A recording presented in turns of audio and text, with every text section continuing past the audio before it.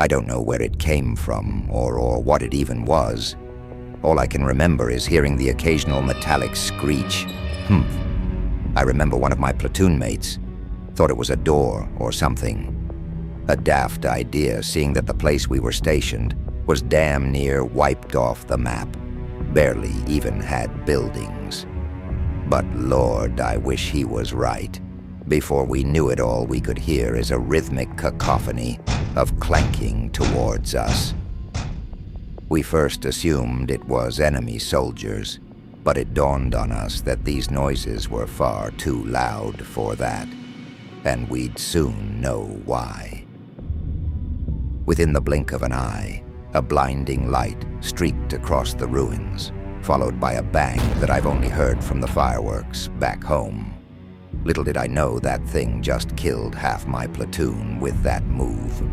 It rattled off 4 more of those shots, taking out more of us with each one. By some grace of the burned Lord, I lucked out and didn't end up dead. I guess it ran out of rounds or something, because after I was quite literally face to face with the damn thing, I was near neck deep in rubble, and my ears were still ringing, so mind my description. The creature, or the thing, that did this it looked like an almost spider of sorts, multiple legs and all, and it had this sort of shell covered in grooves, made it look like a flayed man. But Lord, that wasn't the only uncanny feature. It had this almost human face, but it didn't have eyes. Well, not where they should be. Looking back at me were 3 fluorescent yellow eyes embedded in some sort of relief art on the front of the shell, 1 in a mouth and 2 in what looked like hands. It looked me up and down, probably checking if I was dead. Couldn't find out in time, 'cause thank the Lord I could hear reinforcements approach. Luckily, that seemed to scare that thing off.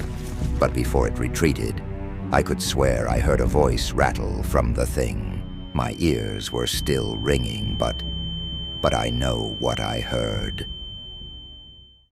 Hello, this was a quick first-hand account of one of the Dwarven-made golems, with this specific model being called the Ash Hands. These basically came about due to the current war between the 2 main human nations, these being the Tinnis Empire that covers a majority of the Faranum continent and home to the Dragon Lords, and the Ashwar that takes up most of the bordering region between Faranum and Palmas, and is home to those loyal to the old governments of the land that is now the Tinnis Empire, and they're still desperate to reclaim this land. And due to the location of the Ashwar, it has access to elven trade routes and has spread stories of the threat dragons pose. And as a result, many nations have started to aid the Ashwar as a way to prevent any potential expansion of the empire. An example of this aid are the model of golems called Ash Hands. These are essentially dwarven golems made for surface travel in the harsh deserts of Reing and have been refitted for war. When it comes to the design process, I mostly based them on the idea and shape of a hand, which is why the original dwarf models would have 4 limbs, since dwarves have 4 fingers, and the human models get 5. Other influences were the juggernauts from '86. I essentially took the whole body plan of those things, with some slight changes. And for the decorations, I wanted it to kind of reflect how dwarves perceive things, since they don't see colour or fine details as well as humans. They mostly decorate through texture and relief-based art, which is why the outer shell is covered in grooves, mimicking the look of muscle fibres along with the shape of a head and hands that are raised off the surface. This was inspired by the Dracula armour and mostly the Benin bronze statues and other similar bronze work in the region. Overall, I wanted them to have this uncanny and unsettling look, something that'd stick with a soldier if they saw it in a battlefield, and that you would fully believe if someone told you.